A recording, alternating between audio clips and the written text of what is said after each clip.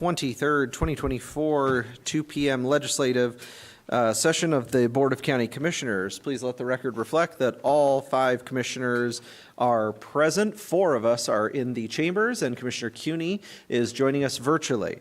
There was no written comment provided today on any of our agenda items, pre-printed agenda items, but we will lead off with the Pledge of Allegiance. So those that can please rise. I pledge allegiance to the flag of the United States of America and to the republic for which it stands, one nation, under God, indivisible, with liberty and justice for all. All right, we will now begin open public forum. This is the opportunity for folks to testify on anything that is not on our printed agenda. We do have 2 individuals who have signed up ahead of time. First I'll call down is Becky Dickerhoof. So Becky, as always, if you can state your name and address for the record, and you'll have 3 minutes. Becky Dickerhoof, Spokane City. I am here today to ask the County Commissioners to enact what is commonly referred to as the 1590 tax. This ordinance, which amended RCW 82.14.530, allows a county legislative authority to impose a sales tax and use tax not to exceed 0.1% of the selling price in the case of a sales tax or value of the article used in case of a use tax. I have been testifying in favor of this ordinance for many weeks, hoping to encourage the Spokane County Commissioners to add this resource to our county's efforts to end homelessness. Because I spent my life working in the natural sciences, I use statistics and data to try to make my point. However, today I'm going to take a different approach. Spokane County has focused on development and how that industry can bring wealth to a portion of our population, often at the expense of safety, health, and the lower socioeconomic class. We see that in the recent PFAS contamination of our water resources on the West Plains. We have now declared a housing and homelessness crisis in Spokane. We are witnessing an ever-growing chasm between the cost of living and the minimum wage. So often we wonder why our elected officials seem to choke when offered a resource that might offer some relief from the crisis we face. But last week, 4 words uttered by a homeless advocate, "Fentanyl has changed everything," rocked my view of our crisis. Since I am not on the front lines, I did not fathom how the fentanyl crisis had set off an atomic bomb in the housing and homelessness community. When Camp Hope was in existence, I was part of a nonprofit organization that works hard to register all U.S. citizens. Whether they have a permanent residence or not, a driver's license or not, doesn't take away their citizenship, their right to vote. During one of those days, we met a woman living in Camp Hope who stopped to register to vote. She recently escaped domestic violence, obtained a divorce, and name change. She was so excited to have a chance to register to vote as she was on her way to her new job. Camp Hope was no one's ideal solution to homelessness, but it did give many a chance to stop their daily nomadic grind, take a breath, evaluate their situation, and make a change. That is what she had done. We were there for her, and we rejoiced in the way she was going forward. Would she have been able to do that today? I learned from the Spokane Street medical team that the unsheltered often resort to meth to stay awake to avoid becoming victims of assault and theft. Now meth is often laced with fentanyl. The effects of fentanyl are beyond my understanding. Fentanyl has changed everything. The drug causes a breakdown in human reasoning, behavior, and ability to function in our society. How have we come to this place? Data from 2 years ago shows Housing First works. Fentanyl has changed everything, and we don't even have the data to show how. Data usually lags 2 years from collection to review. Spokane has spent months just to get the health and safety agencies to collect and share data. Fentanyl has changed everything, and we haven't even caught up to what we know about housing and how to effect a change from 2 years ago. But fentanyl has changed everything, and how are our elected officials going to deal with that data is obsolete. The 1590 tax might help offer to those who are housing risk, who haven't entered the homeless fentanyl cycle, and we don't know how, do we? And I took time for the music. That's much nicer than our ding ding. I like the music. So, okay, Mark Small is the next individual who signed up ahead of time.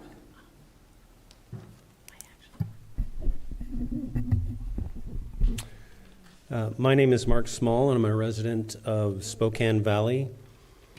I'm here to trash talk today in a positive way. You'll see why. I lived in Washington for 30-plus years. I love our city, state, country. I very much appreciate this wonderful country, America, that we live in. I'm constantly trying to be aware of what I can do for my wife, family, neighbors, and community to enhance the living environment we enjoy.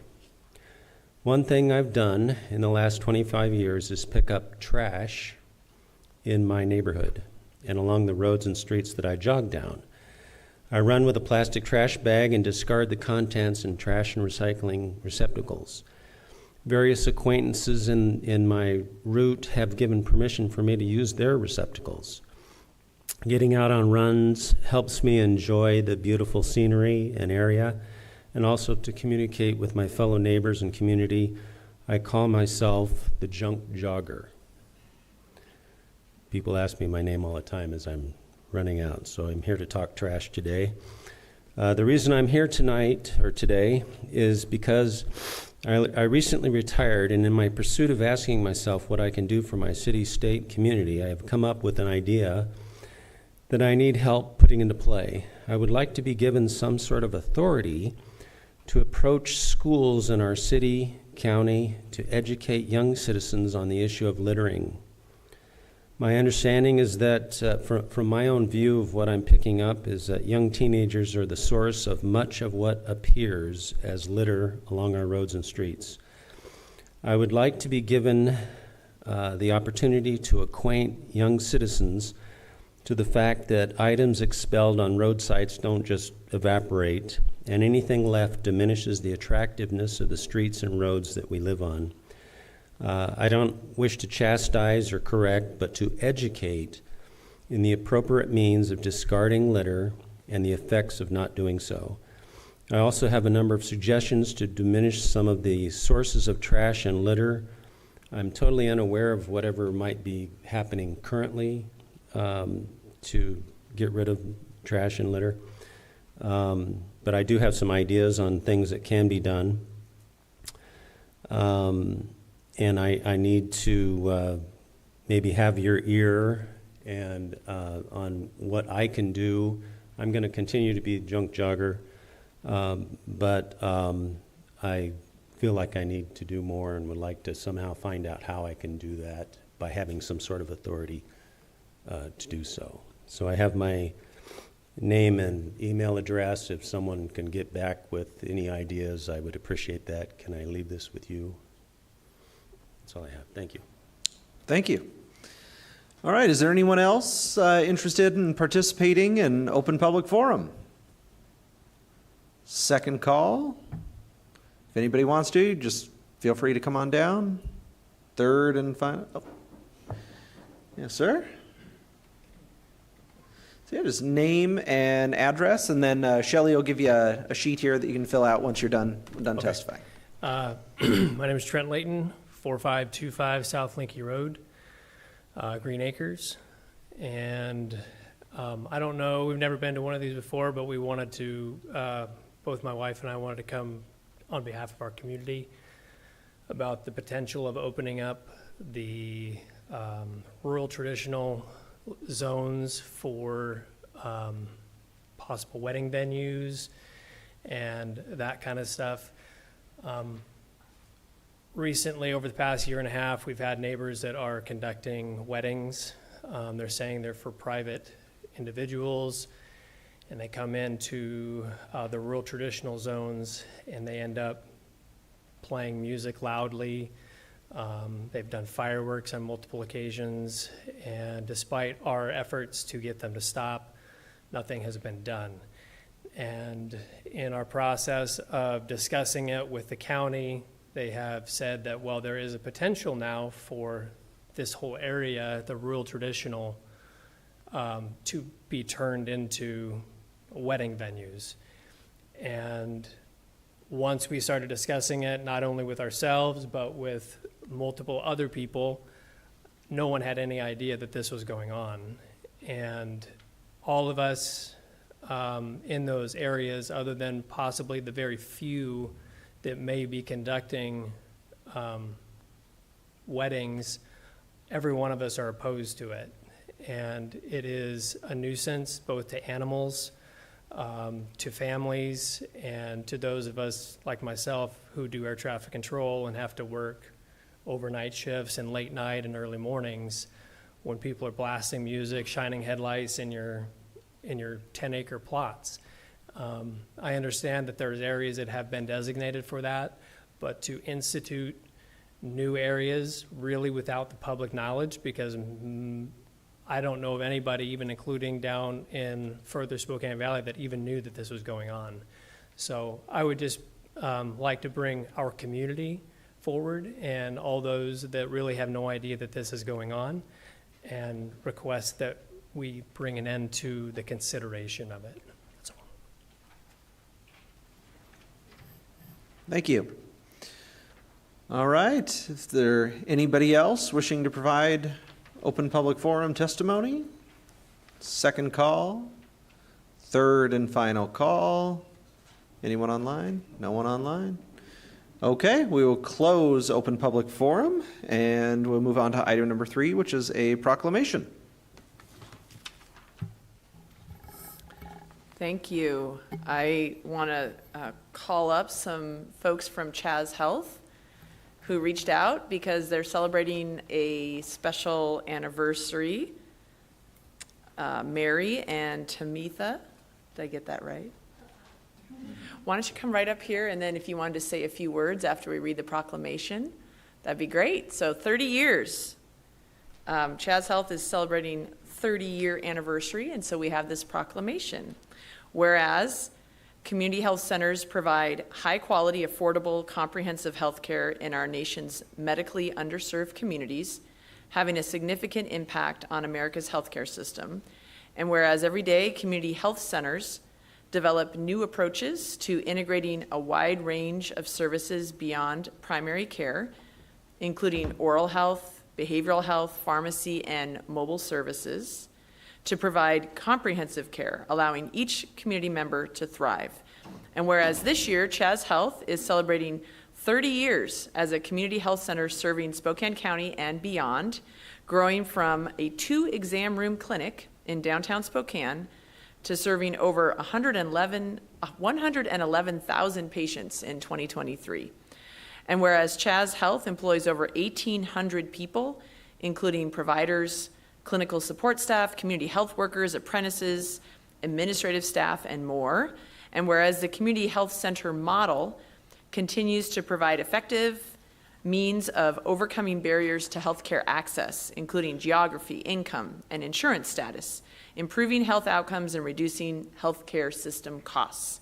And whereas National Health Center Week offers the opportunity to celebrate America's more than 1,400 community health center organizations like Chaz Health, we honor their dedicated staff and board members for their vital role in shaping the past, present, and future of America's healthcare system. So now, therefore, we, the Board of County Commissioners of Spokane County, Washington, on behalf of the citizens of Spokane County, do hereby proclaim the week of August 4th through 10th, 2024, as National Health Center Week in Spokane County, and encourage all of our citizens to participate in this week by visiting a community health center near them and celebrating this vital partnership between Chaz Health and Spokane County. And you read that in the form of a motion? I'm reading this in a form of a motion, so Okay. looking for Is there a Second. All right, we have a Thank motion and you. a second. Any comments?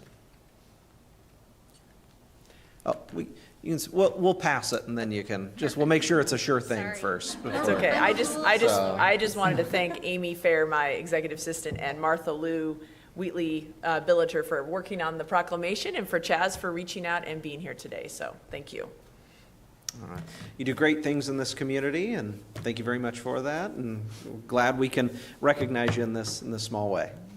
So, all in favor, say aye. Aye. Aye. Commissioner CUNY, was that an aye? Yes, aye. Okay, motion passes unanimously. So, all right, Tamitha and Mary, please tell us all about Chaz and how wonderful you guys are. We'll be brief. Thank you so much for having us here today. On behalf of Chaz Health, our board, and our employees, we just want to say thank you to Spokane County for honoring Chaz Health and all of our other community health center partners with this proclamation. Community health centers are a lifeline for our community and patients of every age across our region, really providing vital health care and wraparound services to help them lead their healthiest lives. And Chaz Health is committed to continuing to meet the needs that are ever evolving in our community and serving our patients. So thank you so much for this proclamation. All right, well, if you could come up here in front of the dais, we've got a copy, and we'd love to get a photograph with you.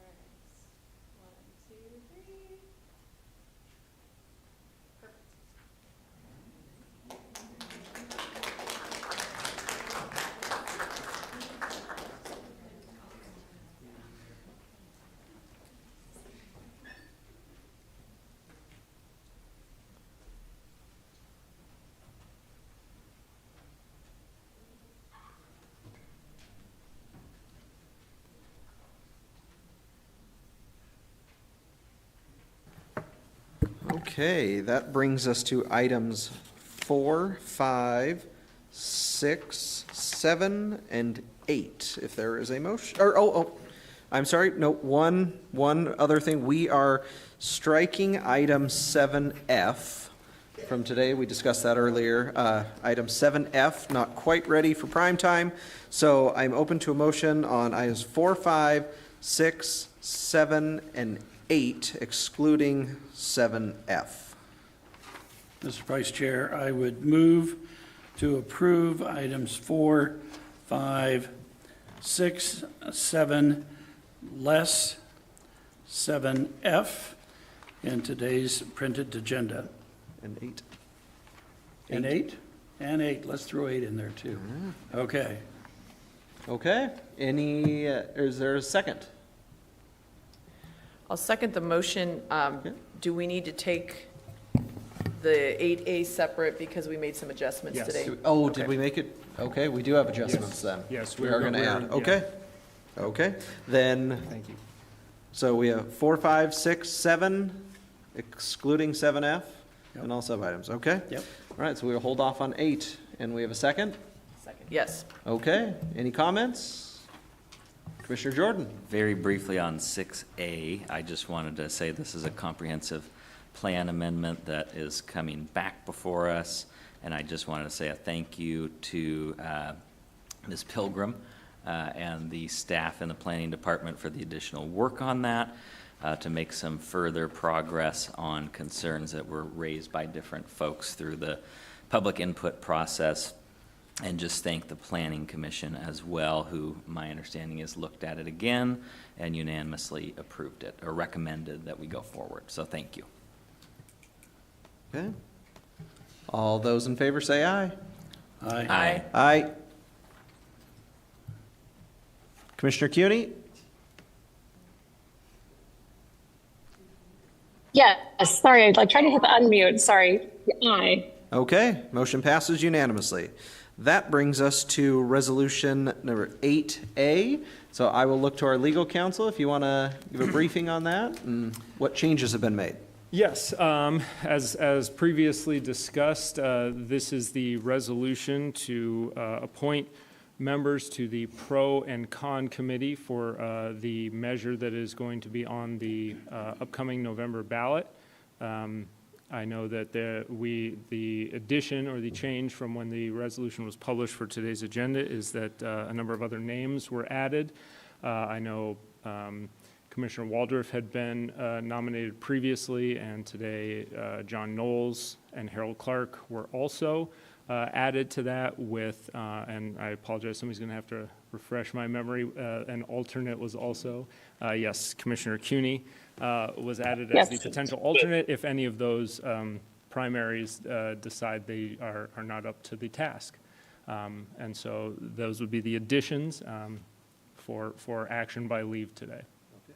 And that is on the pro side. That was Just on the for- pro side. To my recollection, nobody was nominated for the con side, which means that the auditor's office will take care of filling the con side if anybody expresses interest. Okay. Due to these additions, do I need to open this up for public comment? Yes. Okay. All right. So is there a motion to adopt this before I open up public comment? Yes. Yep, go for it.